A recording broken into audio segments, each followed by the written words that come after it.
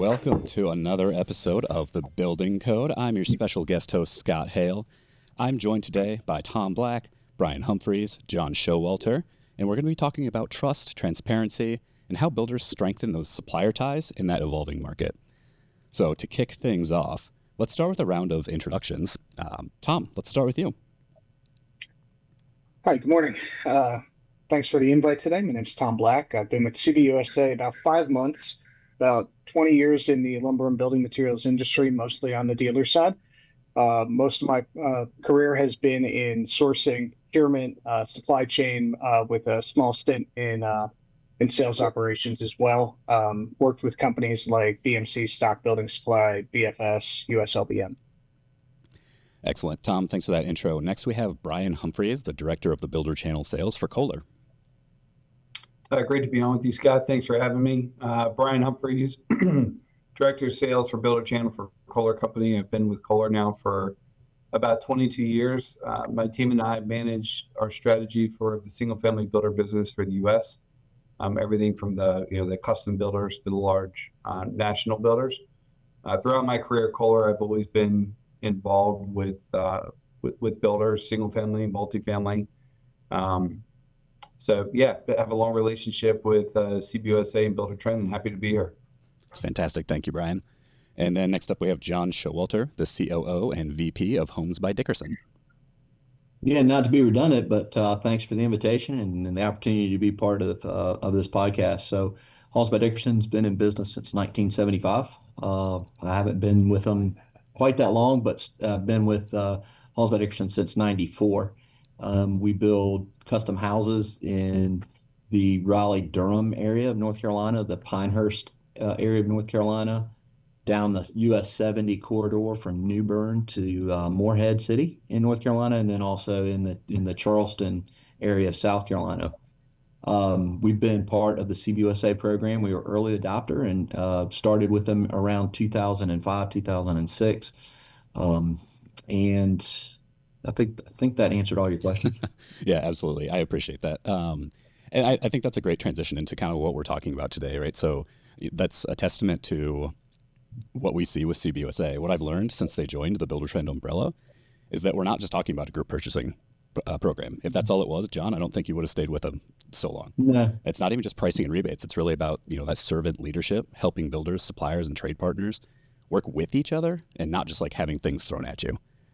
So to expand on that today, we're really going to be talking about how trust and transparency creates stability in a market that can feel unpredictable at times. So we're really going to try to keep this practical, relationship first, and experience based, not just like a high level economic theory. So if it's all right with all, let's jump right into that conversation. So let's talk about pricing, availability, and forecasting. Let's be honest, none of that's simple to manage or execute right now. So I want to hear from each of you what the market feels like from your seat. And let's start with Thom. Thom, what are CBUSA builders feeling right now when it comes to pricing, pressure, availability, and scheduling?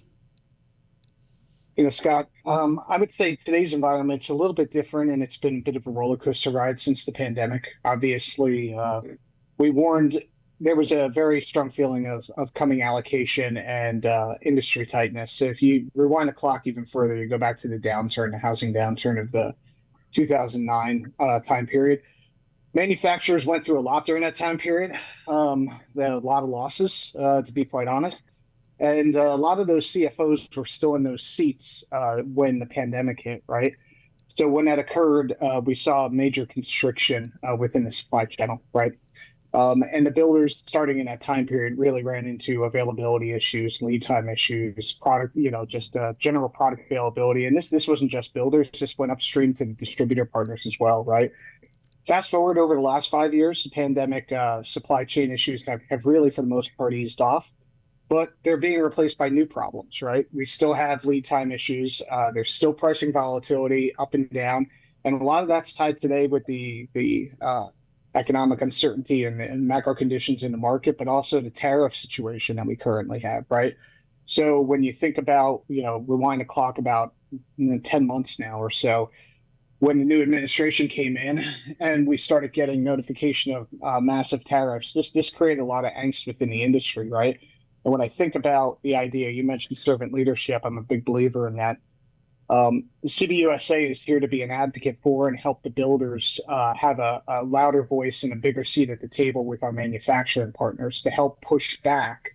And not just push back for the sake of avoiding costs, but understanding, right? Are the tariffs warranted? Is the volatility warranted? Because it's so easy to respond very quickly to the headline, but what's really important is the byline underneath the headline, right? And the details that drive that. So, when I think about CBUSA's presence in there, they're working with the builders, what I've seen in the 5 months I've been here, the builders, again, with the uncertainty around tariffs and pricing volatility, we help to remove pressure, from the channel, right? We do that by listening. We do that by aligning what we're working on, specifically in the national contract team, with what the builders are requiring. Last week or 2 weeks ago, I just had a phone call with John. He called me ad hoc about, a partner that he needed some help with, right? And that's what we're here for, right? Is not just to have our agenda and to check down the list, but to, again, help the builders have a louder voice and a seat at that table, right? I think when we effectively drive that, it allows our builder partners to be more strategic in their planning and less reactive in their planning, because let's face it, when a supply chain issue comes up or availability or pricing volatility comes up, it could very easily delay a builder's cycle time, right? Which innately will affect their ability to close their house on time. And it's very easy to get reactive and very easy to get very frustrated by that. And I think with the added support of the CBUSA network, that helps keep the vision and the long-term goal on a much more strategic path than a reactive path.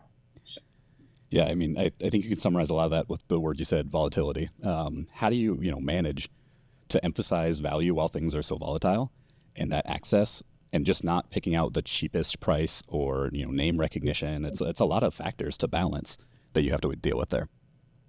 Yeah, I think that's really fair. I'll use a real example with one of our manufacturing partners.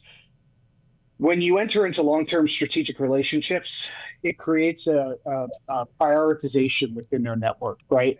And when that occurs, even in times of allocation and volatility, that partnership is valued. And I think you would, if you pulled the builders within the Raleigh market, even during the toughest times of allocation, our current engineered wood partner and our local partnerships with local suppliers as well, help the builders navigate that. And even though product became highly unavailable, they were able to stay on track for the most part, right? Again, it's that relationship unlocks prioritization, which, ultimately, if you want to call it favored nation status, it ultimately gets you, again, I've said it a couple of times, a bigger seat at the table, which helps you keep your jobs moving, right? Yeah, that's a great point about you're really emphasizing the partnership that goes on. It's not just purchasing and keeping pricing down. So Brian, from the supplier perspective, how's Kohler adapting to regional demand shifts and forecasting challenges while maintaining that trust? Yeah, I think that, the biggest thing that we've been working on for the last 5 years is just becoming more nimble to market conditions. I feel like ever since COVID happened and immediately following the demand and surge, we've really seen it being yanked from one side to the other. A lot of shifts in demand, a lot of nuance in what's going on with tariffs and the like. So probably the biggest thing that we did was investing in North American manufacturing. So we have manufacturing all over the world, but there are a lot of variables when you're bringing product in from other countries, whether it's a tariff or whether it's availability of containers. That was a really big deal, shortly after COVID when the supply crunch hit. So we knew we needed to manufacture the product closer to the market. So we invested in 3 large greenfield manufacturing plants in North America, which has helped quite a bit. I would say the other one is we really knew that we had to do more collaboration, and kind of to your question about how do you adjust to regional demands. So going back before 2020, it was very rare that I would ever have a direct conversation with our forecasting team, supply chain team, operation team, unless there was a really big issue. That's That's when we get pulled in about how do we manage this through this big issue to sort of, try to not impact our best partners. I would say ever since then, though, it's been way more proactive. There's a lot of forecasting that happens. So if, at a high level at Kohler, they may see a product and a demand spike in that product, but they don't really understand what's driving it. But if you narrow that down, it could be coming from a specific market, from a specific distributor. And when you're involving sales and sales leadership to better understand, like, what is the dynamic that's driving that? Is that a one-time impact order? Is that a change in specification that's going to go on long term? It's challenging because we don't sell directly to builders. We sell through distributors, and they bring great value, like Ferguson, making sure that we have the right product in stock locally. But that's no excuse not to try to drill down and better understand where the demand is coming from, how it's going to impact our future pipeline. I would also say, in addition, we're not the only ones that struggle with that volatility. Our distributors struggle with it. The contractors and the builders struggle with it. So I think everybody in the supply chain better understands the value of forecasting, of making sure everybody's aware of what it is that they need, how much they're going to need, and when they're going to need it. Just a small example is, distributors sharing POS and inventory. That's a really big deal for us, POS is a great indicator of what's coming down the pipe in future orders. They take a large inventory position. If they're not blowing through it, right, that's a future indicator. If they are, that's a future indicator. So as we see that information, not only are we able to better prepare for, future demand in the way of orders, but we're also better able to connect our customers with where supply is. I would say, Ferguson, who is a CBUSA partner, I would say they're probably the most sophisticated at it. But I would also say that distribution in general is getting way more involved in the end consumer to try to better understand what the demand's going to look like. Yeah, you're hitting on balance quite a bit here, right? You're talking the global market, You're talking local market, you're talking speed, you're talking adjustment forecasting. So with all of that, how quickly does a company like Kohler move to make adjustments? Because I've been on enough job sites to know that everything feels like it's instant and the demand is heavy. So what does that look like in your world to make those adjustments? Well, honestly, it's I don't think anybody figures it out right away. I mean, there's a lot that goes into that, but I think what we learned really quickly is the key is collaboration. The key is getting the inputs as accurate as you possibly can. Like, nobody can predict exactly what the future is, so you need to have your processes be a little bit more nimble, your inputs be greater, your partnerships be stronger, your insights to what's going on in the local market be stronger. That's what's going to make you agile. The faster you can get clean information, the quicker you can adjust to it. If somebody had a crystal ball and said, hey, Kohler, here's exactly what's going to come in the next year. Imagine if any of us had that, right? After all the volatility, I mean, it really wouldn't surprise me if in this coming year, if demand for homes surged because interest rates came down, or, if we can need to kind of have a bumpy road. There's not much that would surprise me right now. If we had a crystal ball that told us everything we would need, being nimble would be very easy, but nobody does. So really what it comes down is to partnerships, collaboration, and communication. Yep, you nailed it. That's exactly where I was going. It's, Thom hit on it: partnership, collaboration, servant leadership. But John, right, you're the end user of this partnership and collaboration. So what friction points do you feel most today, like with the pricing windows, lead times, and product availability? I think one of the things that is a challenge when you're building a house is the fact that it takes a long time to build our widget, right? So, right now in 2025, we average 248 days days to complete. So that's we measure days to complete from the time you're putting concrete in the hole for either a slab or a footing, all the way till you get a certificate of occupancy, so somebody can move in.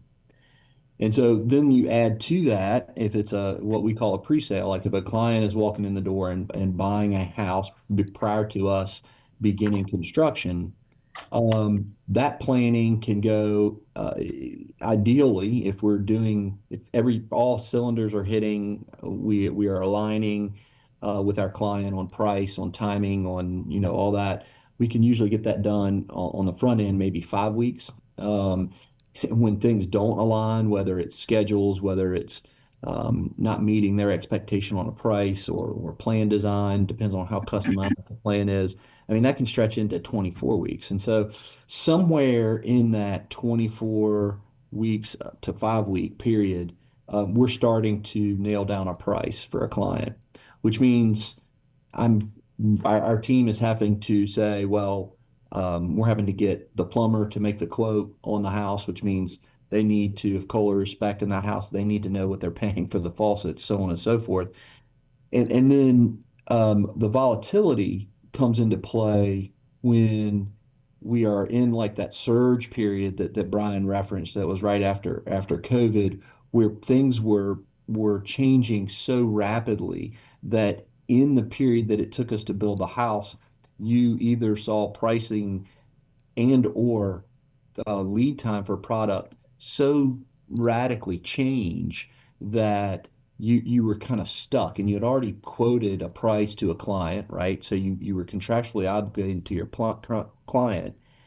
Then there was other people that were trying to put in these escalator clauses. Man, that makes it for an awful client experience to go back to, a client and say, I know we signed a contract, and in that contract we have the ability to go up on price.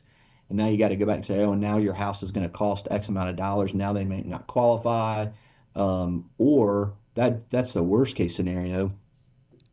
But it also just puts a bitter taste in everyone's mouth and that whole client experience, which for us is very, very important. We are not the cheapest builder in our marketplace by far. We exceed. We believe we deliver a better product. We believe we deliver a better client experience, and that raises the elevation of the price. But like, we have to prove that to our client every single day during that build process, and then in the warranty process afterwards.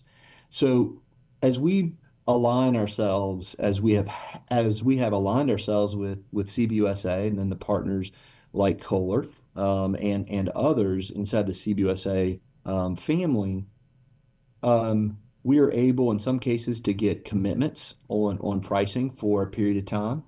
We are also able then to understand and sometimes what price locks are. So like, hey, they may be able to go up at this point in time, but they can only go up so much. And all of this helps to flatten the curve, right? Or flatten the create a trend line that you can manage to, rather than having these spikes in whatever commodity or whatever line item you're talking about. And so this engagement, and then the ability to sometimes, and we've had these discussions where we've seen like we go to order X component, and and our distributor says, oh, well, the pricing from the manufacturer has gone up so much. I mean, we have had conversations where we've been able to pick up the phone and say, we're already thin on this particular project. For this project, we quoted this project back in 6 months ago. Would you honor your 6 month ago price? And I think with those folks who we've met and come face to face with, like Brian and I bet that conversation would go way different with Brian and I, because we know each other. We have a relationship versus, and hopefully he likes me, but versus a situation where, and what I hope he knows is that if he looks down on his phone and sees that I'm calling, that it's not a frivolent phone call, right? That it's something that worth his time to pick up. And for us, these relationships are very important, because I need him to trust that I'm not giving his phone number out to all my production staff, so that then in turn the production staff has some little hiccup somewhere and they go, you know what, I'm going right up the food chain. I'm going all the way up to Brian's level here to get this solved. Well, that keeps Brian inefficient in what he's doing. And so like being able to interact and understand, protect this relationship, protect the contact that I have with Brian and others in the manufacturing world.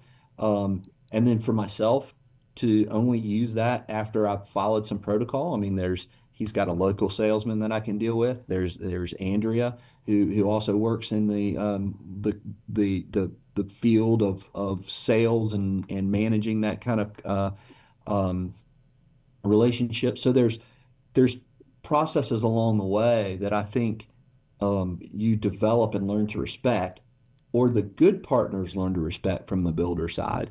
And then I think what that enables the manufacturer partners to do is say, hey, he must be in a pinch right here on this one.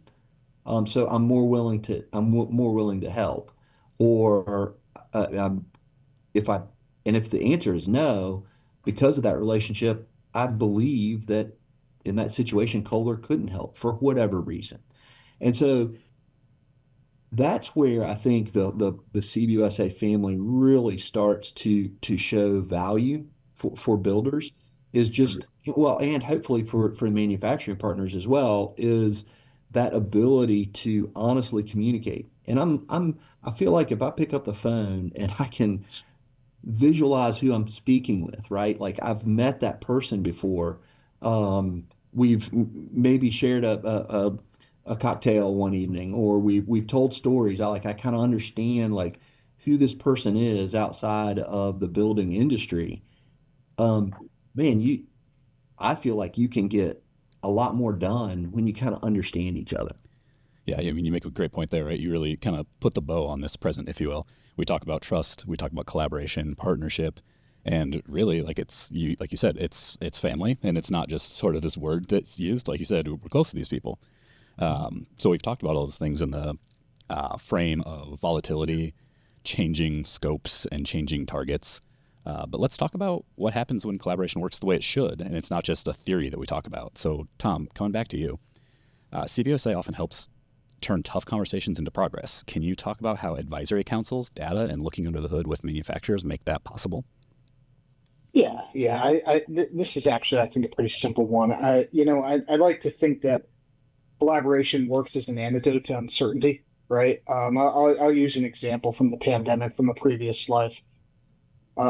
We didn't know what was coming at us, and at the time I was on the dealer side. I was working for one of the larger lumber and building material companies. I remember doing a presentation to the CBUSA network at the time. This was probably very early in the pandemic. I want to say March 2020, right? We didn't know what was coming. All I knew is, in the seat I was sitting in at the time, you talk about uncertainty and how collaboration works. I received a phone call from one of our rail carriers in California, servicing California, saying that California was closed and we would have to find another avenue for where we were going to park all that lumber at the time, right? When you get that level of uncertainty, that trickles all the way down the supply chain, right? All the way to the builder, like John talked about, right? So in that time period, well, what we did you talked about analytics, and that's one that is near and dear to my heart, to be quite honest with you. Analytics and transparency, they help overcome that uncertainty. And like I said, using it as the idea of an antidote. Brian talked about analytics in a partnership with Ferguson and being able to go back upstream. During that time period, we were sharing my employer at the time, full transparency on our run rate, on what was going out the door from a footage perspective, not a revenue perspective, but a footage perspective. So our partners could see, if you go back and you look at housing starts during that time period, we saw that big dip in April of 2020, and then a super V, check right back up. And it took us 2 years to come back off of that. The only way we were able to get through that and have the level of fill rates that we did was through the transparency of literally reporting to our key supply partners on a weekly basis. This is the amount of units that have gone out the door. This is not in a revenue perspective. That helps them plan for, okay, well, maybe things aren't slowing down. Maybe, the CFO who said the world might end here, with the pandemic, maybe it's not going to, right? And through that level of analytics sharing and transparency, when you're able to do that, you're able to share that, that experience down to the builder as well, right? Helping to keep their job sites going. When you play your cards close to the vest, I think if we all learned one thing from the pandemic, if not anything else, John referenced this in the conversations of being able to pick up the phone and call Brian. playing the cards close to the vest and just worried about yourself on a day in, day out basis, that doesn't create a stage for long-term partnerships, and it doesn't create a recipe for success for all the partners within the supply chain. So again, I think about collaboration as that antidote for uncertainty, right? Yeah, absolutely. Staying Jump transparent. in, if I could jump in right there. Sorry, Scott. Like, I think that there is the word that we sometimes throw around here is sometimes you need to be vulnerable. And I think that's what you were Yeah. describing here a little bit, Thom, is like sometimes you have to kind of be really honest about where you're coming from and share some of the things that um, maybe you don't really want to share. Like, but if you can be vulnerable a little bit, I think that you have to have that trust, right? You can't be vulnerable if you haven't built that foundation of trust. But when you can be vulnerable and then you can really understand and be comfortable asking and receiving the answer and the communication back and forth. And I think that that's kind of, in a nutshell, that's kind of what you were describing there, Thom, is the ability to be vulnerable with each other and then trust that vulnerability, the information that you share, isn't going to be used against you. Yeah, John, I think that is spot on, and that brings me right back. I almost had goosebumps there, remembering those phone calls I was having with the manufacturing partners at the time.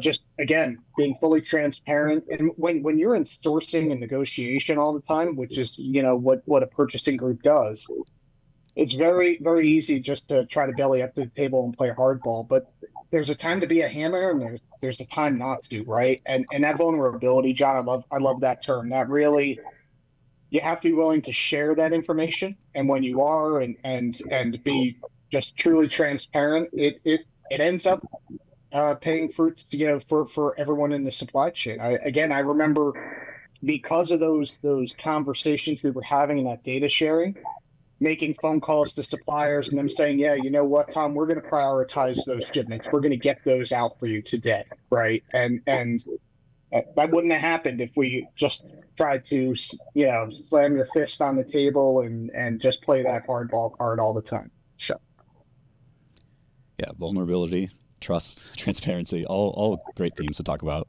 I want to flip it over to you, Brian. Obviously, those are traits that define a great builder partner. But what else matters to you, especially when those builders understand it's not just about the cheapest price or rebate return? Relationships with the customers, with the builders, and the builders valuing the relationships with the manufacturers. Some builders may just rely solely on their installing contractor, and they don't want to have that direct relationship with a manufacturer. But I think the really good ones, they collaborate with them, and it's not just a one-sided like ask from them. I'll give you a good example of it. When we were in a really tough supply crunch, we were working with a custom builder, and we were having challenges getting the product as quickly as what we should. But their build cycle was long, especially during that time. The build cycle was longer even than normal. So the question was, you know when this product is being specified, you have a long build cycle. Why isn't the contractor ordering the product faster? So my team went and met with the plumbing contractor, and the plumbing contractor said, the reason why I'm not ordering it faster is because this builder has a tendency to allow reselects. So just giving you a little bit more background, at the time, everybody's locked in, COVID, all that other stuff. They're online, they're looking at different websites, they're rethinking different designs, right? They've got time on their hands. So it's only natural they're going to come back and say, you know what, instead of that faucet, I want this faucet. Instead of that product, I want this product. Well, that, especially during that time, was creating havoc. And by allowing them to do reselects, it was giving the contractor hesitation of, hey, if I order this in, then it comes into the distributor, and then they do a reselect, I'm still on the hook for this. It's going to create an issue. So going back to the builder and pointing that out, they totally understood it, and we're able together to come up with a solution. Versus, at times it's like, I don't care what the reason is. Like, you figure it out. That's your problem. So, in my experience, is CBUSA and the builders, they really do. Whenever we're looking at an issue, it really is a holistic approach of what's going to work for everybody, because it's only solutions that work for everybody that are going to be long-term solutions. And really, like the foundation of coming to those understandings is the relationship, which CBUSA does a great job. I've always said, like, the one of the greatest values of CBUSA to manufacturers, especially to Kohler Company, is there's so many great custom builders that are out across the country. There's no way we could ever reach all of them, right? You would have to have an enormous sales group that was out there calling on all of them. But when you have a organization like CBUSA that partners with the best of them and does a great job on sort of cultivating those partnerships and connecting everybody together, it's a huge help. And that also plays into, Thom and I can have a great relationship. So from Kohler to CBUSA corporately. But if we're not driving that local relationship, we're dead in the water. Like John mentioned it earlier about having that local rep and that connection there. And that it doesn't mean that John can't ever come to me or go to Thom or whatever, but we really do rely on having really strong local relationships. We expect those local sales executives to have strong relationships with their installing contractor, with the supplying distributor, so that when an issue does come up and we call there locally, they're already looped in. They know what the issue is. They know what the problem is we need to overcome, and we can get to it much faster. So I would say, like, that the best partners are proactive. They want solutions that work for everybody, and that they value relationships. And you mentioned price, like customers that just focus solely on price, which we're realists. We understand that affordability is a big thing right now, even at every level of home that you buy. But I think what everybody's trying to deliver, what Kohler's trying to deliver, and John and Thom, what everybody's trying to deliver is value. We're trying to deliver value, right? So when you're looking at value, you're looking at the entire cost, not just the upfront price, but what is the experience like the whole way through? And that's what we're trying to deliver. But you can't do that sitting in your office. You have to be in the field. You have to be together with these customers in order to find solutions and identify issues, and then find solutions and implement them. Yeah, a lot of this talk about partnership really brings to mind like two conversations I have with CBUSA folks all the time. Surrounding like punching above your weight class, as well as increasing your operational maturity. So kind of want to head in that direction. We hear those phrases quite a bit. Let's talk about why it separates thriving builders from struggling ones. So Thom, throwing it to you, from your vantage point, what distinguishes CBUSA builders who continue to thrive in unpredictable conditions through these partnerships?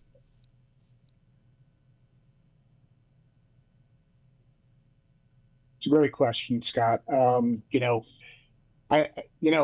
love the punching above your weight class as coming from that line, coming from the dealer side. I was part of 4 different centralization efforts for large dealers, right? We're talking, number 1 and number 2 in the space. And when you can bring leverage through scale, you obviously not just lower cost, and it's not always about cost. And I'm going to go back and tie it back to something Brian just said. But again, I said it earlier in the first response. You bring a more present seat at the table for all the partners, right? So when I think about success, right, and I think about what distinguishes the builders who are thriving versus builders who are not. It's Brian's comment about focusing on value versus focusing on just price and cost, right? I used to give this analogy all the time, and this is a very, very niche, but before the pandemic and when I was in an office every day, I was a big fan of shell cordovan shoes. For people who don't know what those are, they're very expensive, but you never have to replace the shoe. All you have to do is maybe occasionally replace the sole, right? You pay more for it, but you've got a shoe that's going to last you a lifetime, right? So when I think about builders who thrive and partners who thrive, and I'm talking from the manufacturer to the dealer to the group purchasing organization like CBUSA to the builder, right? It's those that are focused on the value that they're bringing, not just the cost and the price in the marketplace. Anybody could be a cheap price at any given time, but cheap price doesn't always lead to quality, which doesn't always lead to resilience. John referenced before Dickerson, Homes by Dickerson has been around since 1975. They turned 50 the same year I turned 50, right? And for what it's worth, it's Homes by Dickerson has been successful in the Raleigh market and all the other markets that they build in because of their reputation, because they build value, and people who are familiar with that brand, they understand that, right? The other thing I would tack on to that, I think, whether you're talking about the builder or you're talking about the relationship of the GPO, the group purchasing organization, to the manufacturer or the dealers, doesn't matter, distributors. I think it's focusing on those three key things that I like to, no matter where I've been, try to keep our team squarely focused on. I refer to it as a North Star, right?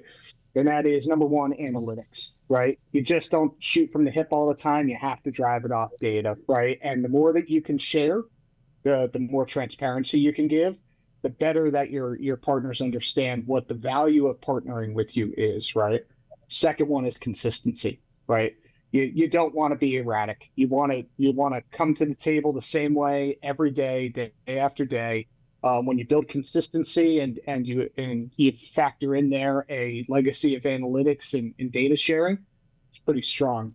Final one is doing what you said you're going to do. When I joined this industry almost 20 years ago, I had a chief supply chain officer who once said, this industry is one of the few that a handshake and your word actually still means something. Early in my career, I was a lumber buyer, right? That's how I started, was a commodity lumber buyer. And it's one of the few industries still today that you can pick up the phone, you can call a lumber mill or a wholesaler, and you can buy a couple $1 million worth of lumber by saying use purchase order Thom 1 through 20, right? And they will live up to that so long as you have shown your willingness to be transparent and be consistent through the years, and then you've done what you said you're going to do. And I think that is the key to success for the builders who are thriving versus ones who may be struggling, right? Yeah, that's huge what you say about consistency. You can't wait until you need a favor to build trust. That's the real long game, right? That's right. So, Brian, what does that supplier transparency look like on your side? How does that expectation setting help stabilize the markets all around you? I think the use of transparency and collaboration, the partnership, being able to talk freely about what the core of the issues are, really help you solve the underlying issue rather than just trying to do a one-off solve, right? Like that's a lot of times that's what happens because everybody's really, really busy. I'm busy. The builder's busy. Everybody's busy. And it's like, hey, we've got to solve for this issue like right away. And you'll solve for that and it'll keep coming up, right? But if you really stop and say, all right, what's like the underlying issue here that's causing this? I think the example that I gave before about one of the underlying issues is that the contractor wasn't ordering in time, so they were afraid there was going to be a reselect. That's one example, but every issue has their underlying reasons of why it is. And don't get me wrong, there's sometimes where, look, you got to go and you got to solve it now, right? And you can't try to diagnose and solve every underlying issue. When you have a real partner and there's a relationship there and you want to do the right thing, sometimes you just got to get it done. But also, I think that being transparent and saying, hey, if you're going to offer a breadth of product this large, which a lot of custom builders kind of have to do, if you're going to do that, you've got to be honest and say, in order for us to be successful, like together long term, we've got to have the selections earlier. The contractor has to have the confidence to order it earlier in order to better serve you. If we can't get to there, then it's going to be your challenge all the time, right? We're always going to be chasing our tail, and nobody wants to do that. The builders don't want to do it. I don't want to do it. Plumbers and distributors don't want to do it. But that's like the transparency, whatever that hook is, whatever that issue is, and it does kind of go a little bit to being vulnerable. And I think that one issue that manufacturer or maybe salespeople in general have is that, you got a great partner, you've got a great customer. Nobody wants to say no, or nobody wants to kind of push and say, let's get to this core issue so that we don't have to keep, going through this challenge every single time. But you have to be transparent and honest and say, hey, here's what's at the heart of the issue. And then, how do we solve it together? Yeah, it sounds like a lot of what you're pointing out is, the old Bill Belichick saying, do your job, right? Everyone can control what they can control. And That's right. a lot of that is, comes down to discipline. So John, from your world, how does discipline really shape the trust you get back from suppliers and trades? Well,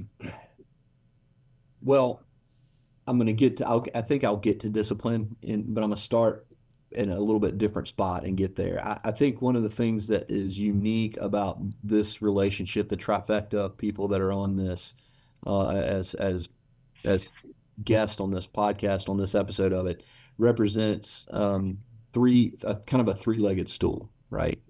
And I think that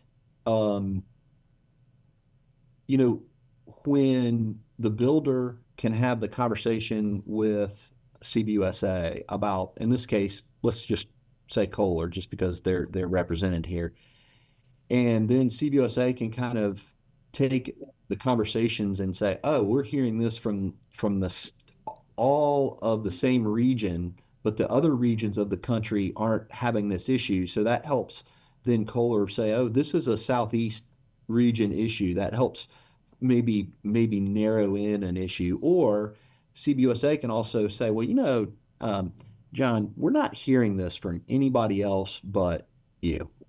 And that's not Kohler then pointing out that it might be an issue with the builder. And there can be this coaching that can go from, say, the builder or from CBUSA back to the builder, and it's not putting the manufacturer on the hot seat, because the manufacturer and CBUSA can actually have a sidebar conversation. Sometimes the builder and the manufacturer kind of need to talk about CBUSA to be able to say, like, hey, these are things that aren't quite going well, and it's easier for the builder to kind of go to it. So how does that get back to the discipline question that you asked? And I think where you're going with that question is, how do we coach internally to make sure that our purchasing department is following up and doing what Brian and Kohler need to have us do to kind of keep going on that same line of ordering on time. And I think that one of the understanding that you're not just an individual, right? You're part of this whole network of folks that are all kind of moving in the same direction, right? I kind of think about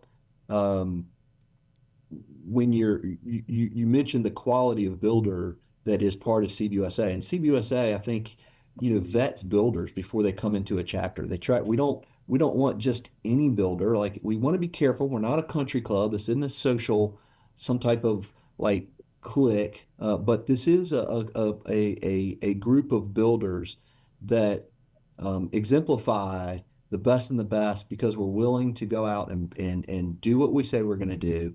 We're willing to be transparent. We're willing to be vulnerable. We're willing to enter in agreements and honor them.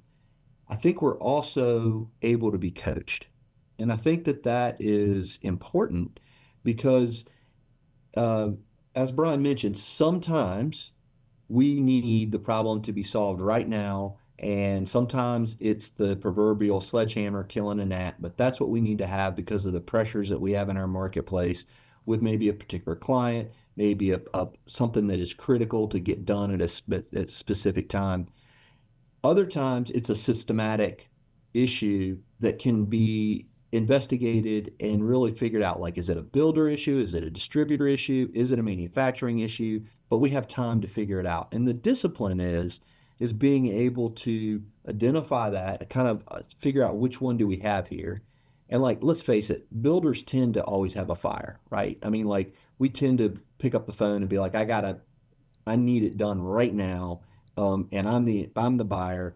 And I think we have to be better at distinguishing when we might need to look in the mirror a little bit and figure out, hey, what are we doing? And we need to be able to receive that information.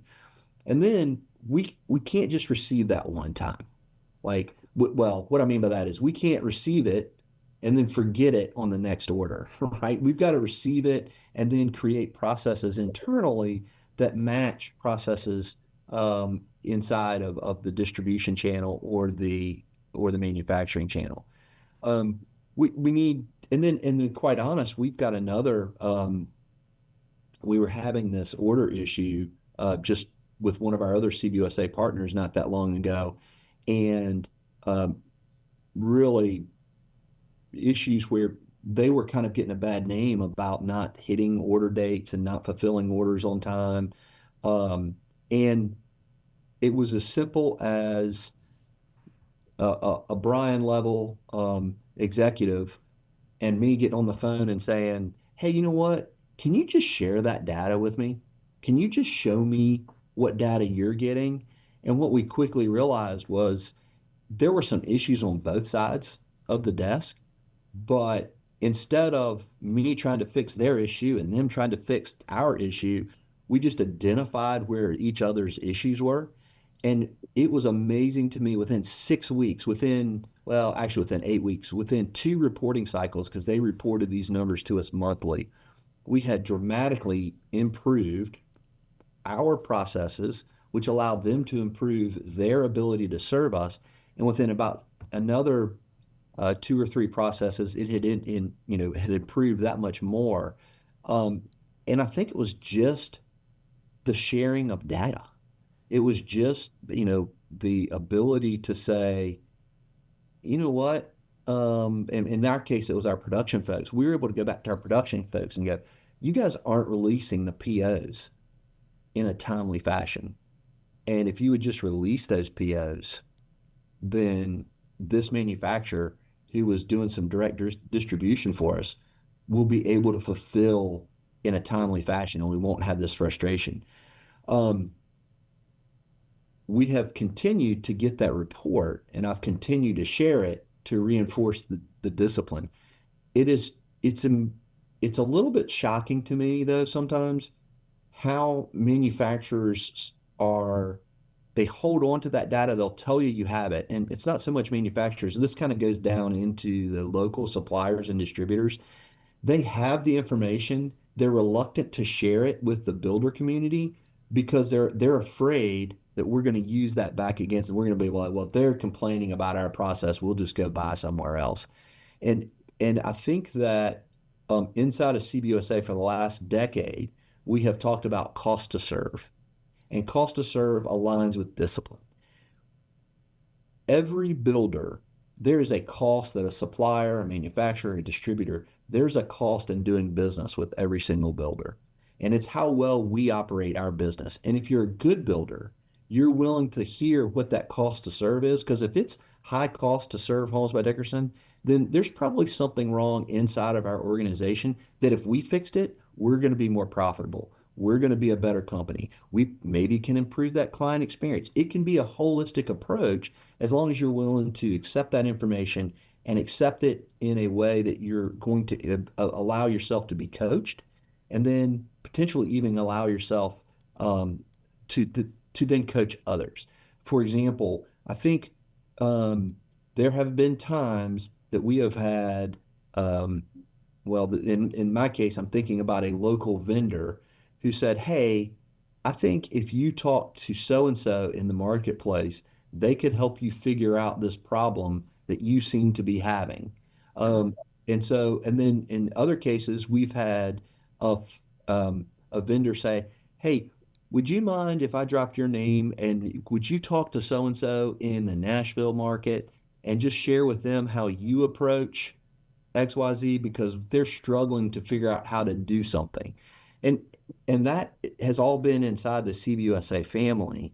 And that goes back to, being able to have these conversations, being willing to be coached, and might not exactly be discipline or the definition of discipline, but it is the ability to open yourself up and realize that even if you've been in business 50 years, man, there's somebody that could have been in business 5 years and have a better process because they have fresh eyes on it or whatever. And I really think that that's a nutshell of one of the bigger advantages of being a part of CBUSA, as long as you're open to it.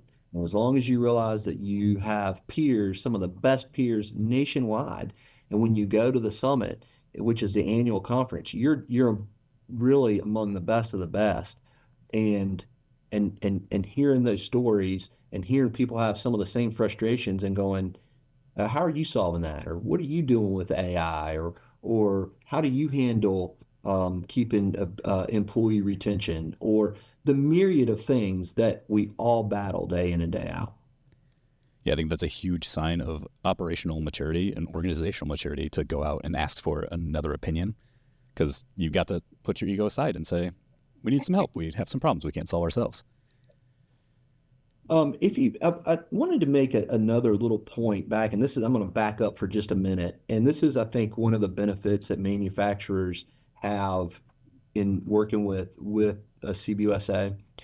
And I know our chapter here in Raleigh, which is called the Triangle Builders Guild. I know we do this. I hope other markets do it as well.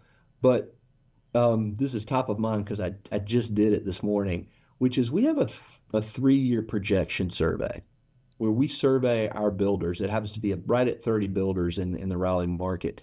And we only ask for the 3-year projections. We say, what are you going to build? What did you do in 2025? What are you going to do in 26? What are you going to do in 27? What are you going to do in 28? And what's your average house price? What I think is good about that data for the Kohlers of the world is that's a view into the private industry. The publics are pretty good about putting that out there, but this is the view into the private industry. And I think that this is something that CBUSA, I think, can improve on from all our different markets. How many markets are we in, Thom? Like 40? I don't know. About 40. Yep. And that is a great insight, I think, for the manufacturers, simply because I don't know where else they get private information from, because we tend to be pretty close to the vest. For whatever reason, publics kind of have to be public. But anyway, I don't know how that quite fits in, but I thought it was a point worth kind of interjecting here. Yeah, no, it's actually a great segue into kind of our final topic of discussion. We've talked about how things work, how to mature as an organization, but let's kind of wrap up by looking forward. Inevitably next year is going to create both stress and opportunity. But what should our partners be preparing for? So Thom, how do you see access to national brands and senior decision makers evolving, especially for smaller builders who use CBUSA to punch above their weight? Yeah, John, and we don't have time to go into it today, but John, I'll try to give the very short version of this. John tells a great story that I heard him tell in DC at our summit about his interaction with Kohler, and how, Homes by Dickerson is, a sizable home builder here in the Raleigh market, but, didn't think necessarily they would have the level of access that they would have to leadership at companies like Kohler, right? And it's a great story from a standpoint of the introduction happened through CBUSA. John was working a conversion, received a phone call back from, the Kohler family member, months and months later, maybe a year later, right? So that's just one small example of how the builders who participate and are actively engaged can punch above their weight class.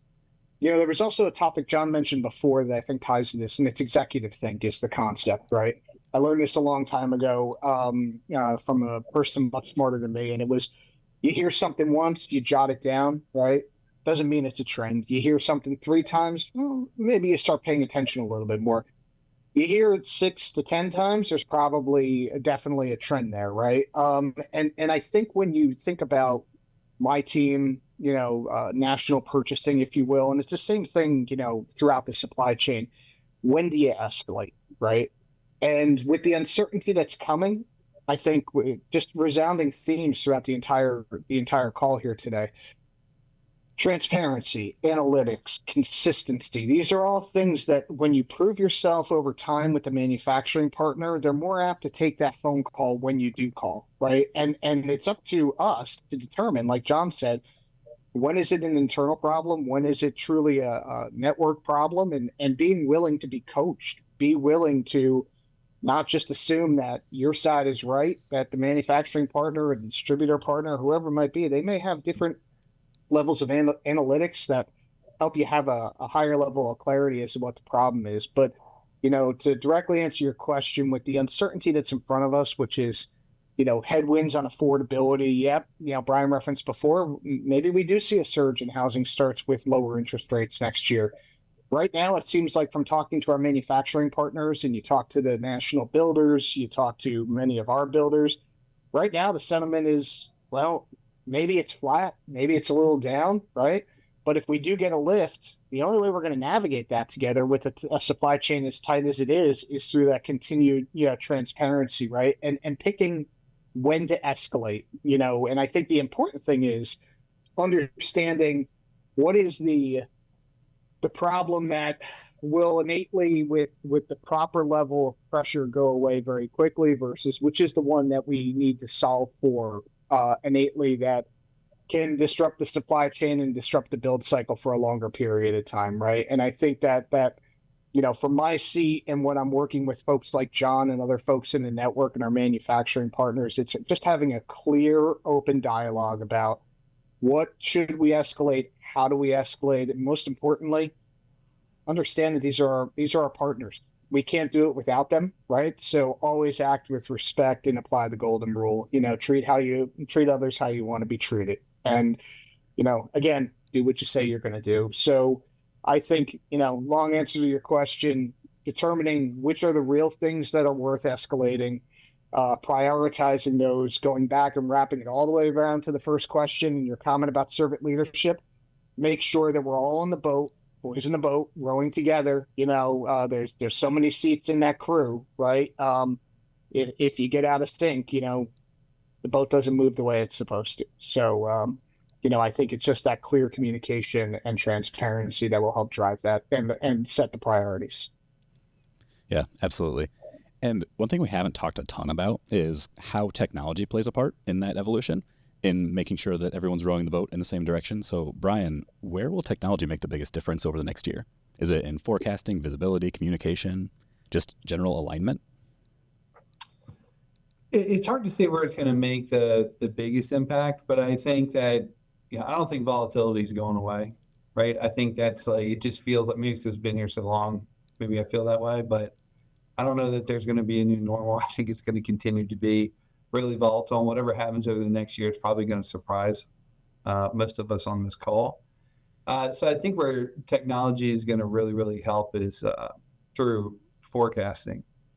And it's amazing to me with the number of builders that I know and deal with, and this isn't like just custom builders or national builders or regional builders. It's almost all of them. But having like a software that gives a really solid look into what their demand is down to a SKU level is very rare. It exists, but it's very, very rare. And I have noticed though that it's becoming more common. There are some different platforms out there that are making it better. But when those insights come to light, and this isn't just a Kohler thing, I think any major manufacturer will tell you this, when they can see that forecast, that visibility, the impact it has on our ability to be a better supplier is incredible.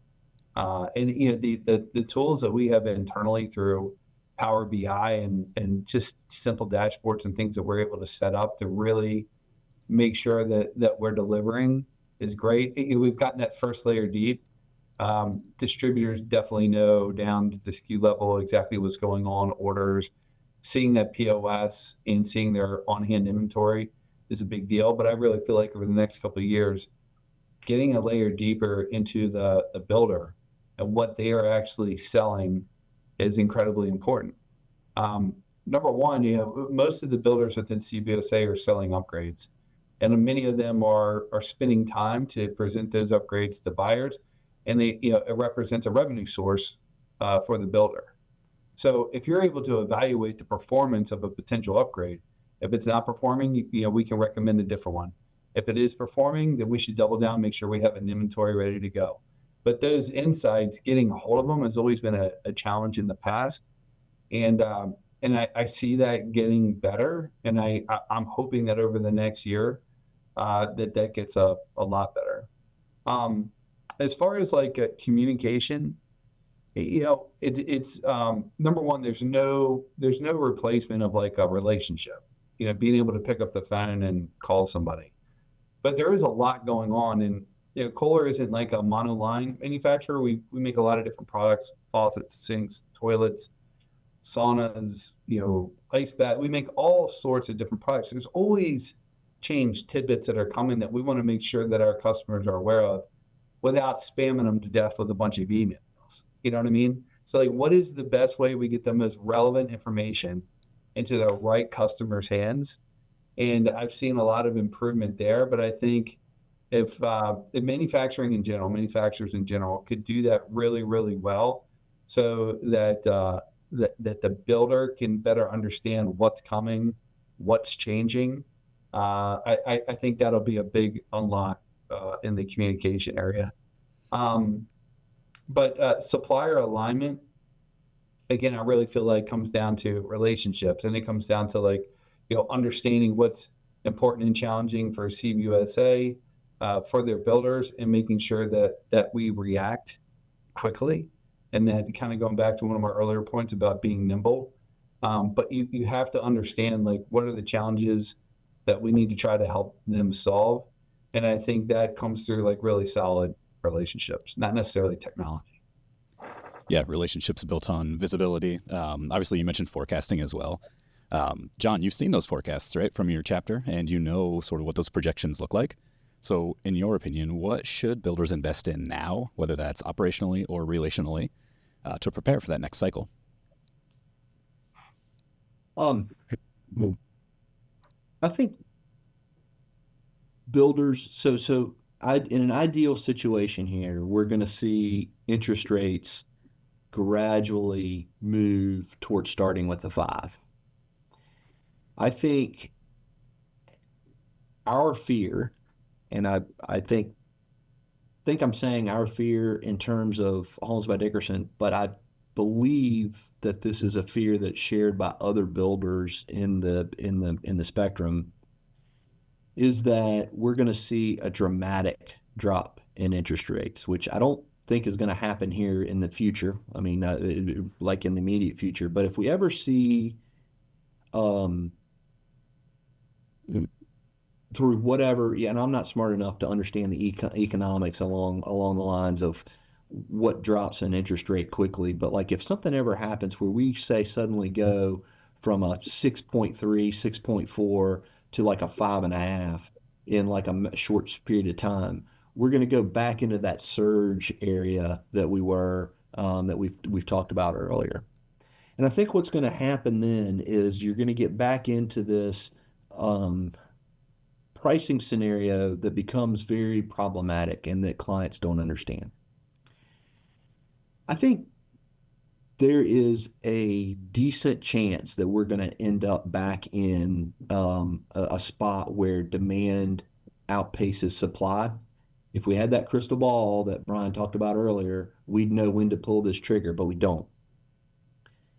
But preparing for that and understanding, okay, we lived through it several years ago and we weren't really prepared to communicate that well to our client, so that either our client didn't get the short end of the stick because we overpriced the house to them and they felt like they had to take that price because things were just going at such a rapid rate, or we underpriced a house and then we took a bath on it. And both of those things happened. And they kind of averaged themselves out in our case. And you would look at our report on a quarterly basis, and you would see that some people, unfortunately, didn't pay near enough for the house, and some people probably paid more than they should have had we been able to know exactly what the price was. Even though I think the escalator pricing that a lot of builders tried to use was very uncomfortable.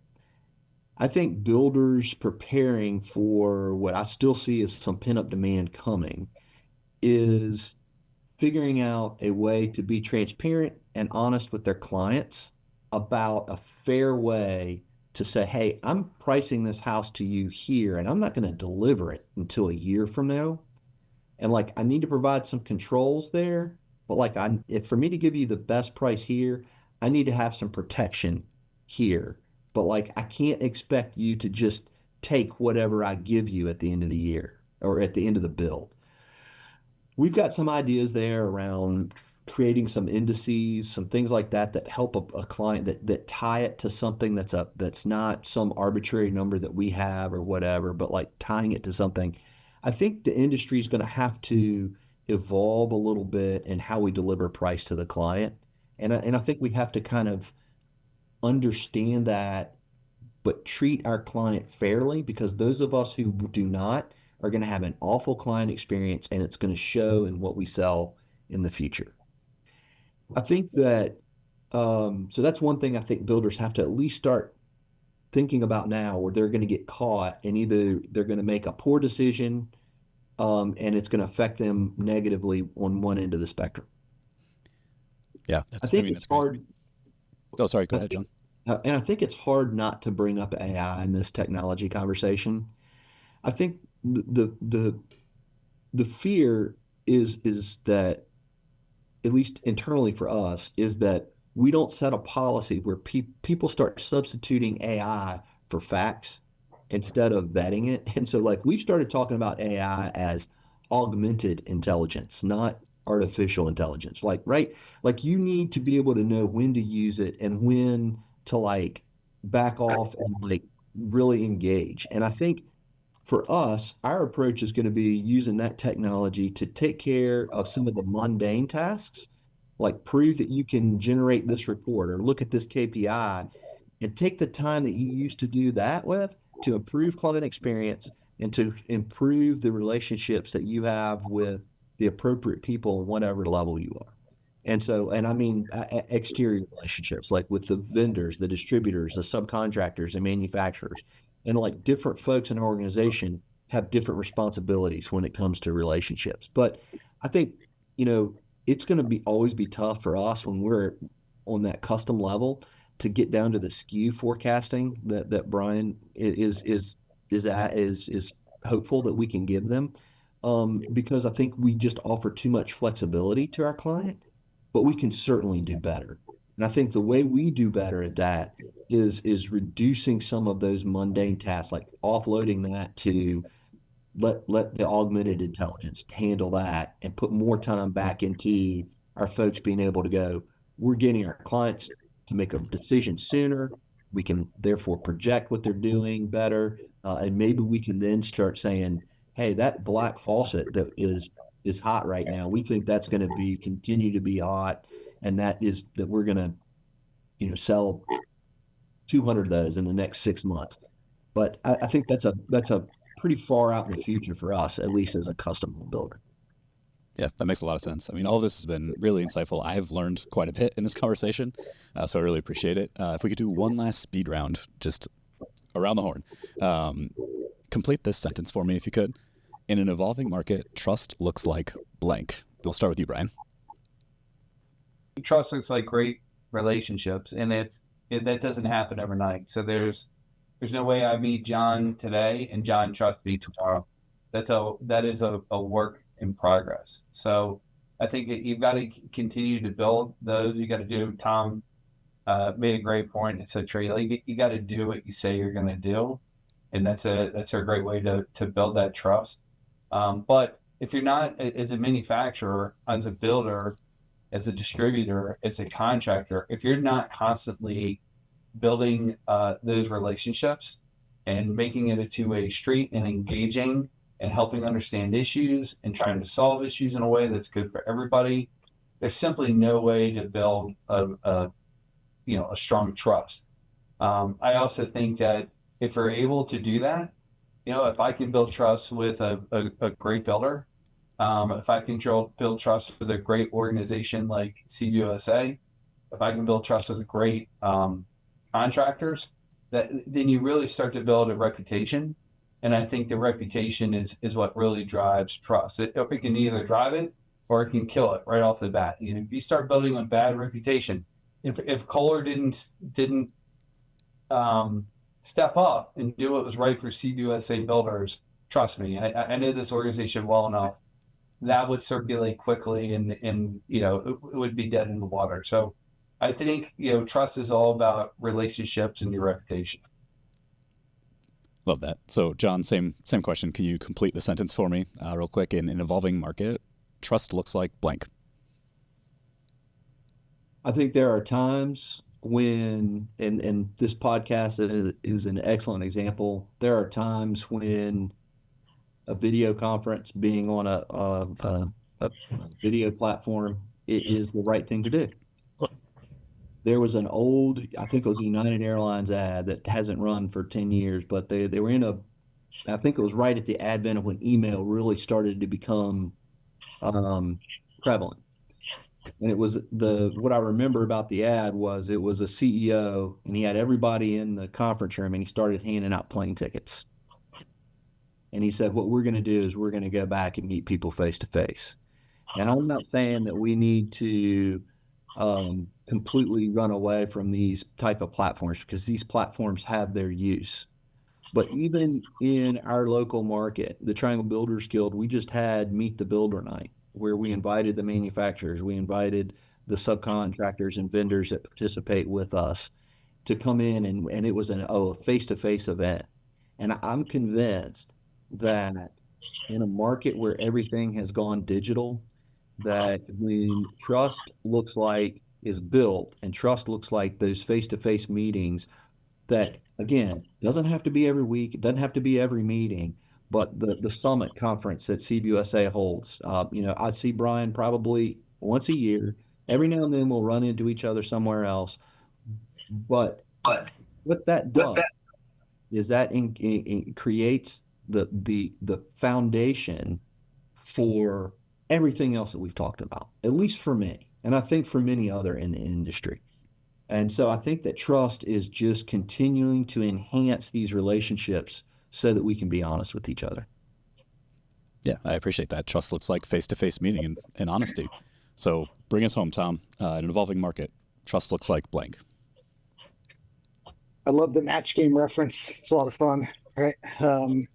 So when I think about that, Scott, I think about trust is being present. And I'm going to tie this to personal, not just work, but personal relationships and things that I struggle with, and I trying to change to be better, right? But trust is being present, trust is being sincere, trust is being able to actively listen, right? Tying it back to everything that we talked about today, I worked with a gentleman, previous employer. His name is Joe Todd, and Joe's a very smart guy, very, very smart guy. And he used to say all the time, math isn't emotional, people are emotional, right? People add the emotion to math, right? Math is just numbers. So to fully answer the question, trust is doing what you say you're going to do, even if the math changes, right? Because when you, again, tying it back to what we've already said multiple times, if you say you're going to do X and then you swerve and do Y, I mean, are you really being reliable? Are you being consistent, right?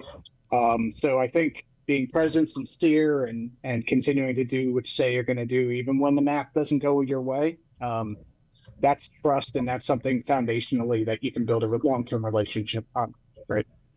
Yeah, that's great. I mean, the common thread here seems pretty simple. Like, you can't control the market. One thing you can control is how you partner, though, right? Through those honest, open, transparent relationships. And we've heard a lot about, how CBUSA helps builders build those networks that create stability. And stability is what we're looking for in this sort of volatile line of work. So really appreciate everything you guys have talked about today. Thank you, Thom, John, Brian. Really insightful. If you're looking for more insights, visit cbusa.us and buildertrend.com/podcast. That's all we've got for this episode of The Building Code. Appreciate y'all, and we'll see you next time.